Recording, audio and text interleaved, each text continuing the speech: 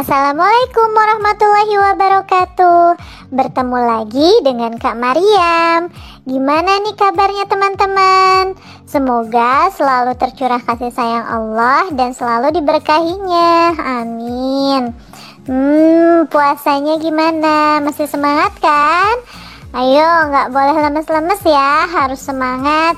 Dan ingat, perbanyak berbuat kebaikan biar Allah tambah sayang. Nah, di pertemuan ini Kak Maryam akan berkisah tentang Nabi Muhammad SAW. Nah, ada yang tahu siapa nih Nabi Muhammad ini? Simak baik-baik ya teman-teman. Kisah kelahiran Nabi SAW. Mekah yang semula awalnya ditinggali oleh Hajar dan Ismail berubah menjadi negeri yang ramai dan sejahtera. Berkat doa Nabi Ibrahim, negeri Mekah diberkahi oleh Allah, masyarakatnya sejahtera.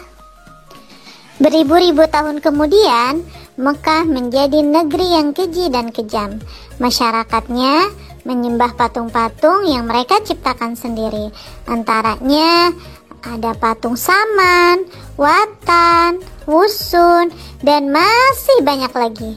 Mereka ciptakan dari tanah, logam, dan masih banyak lagi bahan-bahan yang mereka ciptakan untuk patung tersebut. Zaman yang masyarakatnya menjadi kejam dan menyembah patung disebut dengan zaman jahiliyah. Pada zaman itu hiduplah wanita solehah bernama Aminah dan suaminya Abdullah. Aminah pada saat itu sedang mengandung bayinya. Suatu malam, Aminah bermimpi melihat bulan yang jatuh ke pangkuannya.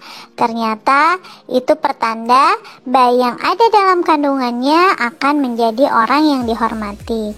Namun, ketika Aminah mengandung, Abdullah suaminya meninggal dunia. Negeri Mekah semakin ramai dan banyak pengunjungnya. Namun ada seorang raja di negeri Yaman yang iri melihat negeri Mekah ramai pengunjungnya.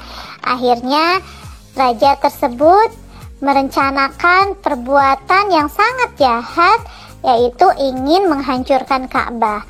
Raja itu bernama Raja Abraha. Akhirnya Raja Abraha merencanakan untuk menghancurkan Ka'bah. Dan Raja Abraha membawa pasukan gajah untuk menghancurkan Ka'bah. Kenapa harus menghancurkan Ka'bah? Karena Raja Abraha ingin para pengunjung yang berada di Mekah itu pindah ke negeri Yaman. Dan negeri Yaman yang dikuasai oleh Raja Abraha ramai oleh para pengunjung dan para pedagang-pedagang di negeri Mekah itu. Nah, teman-teman tahu kan kisah ini terdapat dalam surat apa? Ya, kisah ini terdapat dalam surat dalam Al-Quran, yaitu surat Al-Fil. Yuk kita baca sama-sama suratnya. A'udzu billahi minasy syaithanir rajim. Bismillahirrahmanirrahim. Alam tara kaifa fa'ala rabbuka bi ashabil fil. Alam yaj'al kaidahum fi tadlil. Wa arsala 'alaihim tayran ababil. Tarmihim bihijaratin min sijil. Faja'alahum ka'asfim ma'kul. Yang artinya, tidaklah engkau Muhammad perhatikan bagaimana Tuhanmu telah bertindak terhadap pasukan bergajah. Bukankah dia telah menjadikan tipu daya mereka itu sia-sia? Dan dia mengirimkan kepada mereka burung-burung yang berbondong-bondong, yang melempari mereka dengan batu dari tanah liat yang dibakar, sehingga mereka dijadikan seperti daun-daun yang dimakan. Ya teman-teman, begitu kisahnya. Ternyata Allah sudah menuliskan kisah Abraha itu di Al-Quran dalam surat Al-Fil. Nah, ternyata Abraha dengan sombong bersama pasukan gajah untuk menghancurkan Ka'bah. Namun tiba-tiba Allah mengirimkan ribuan burung-burung ababil itu membawa batu dari neraka dan dilemparkan ke pasukan gajahnya. Dalam sekejap, pasukan Abraha kalah dan alhamdulillah Ka'bah dapat diselamatkan. Nah, tahun itu juga disebut dengan tahun gajah.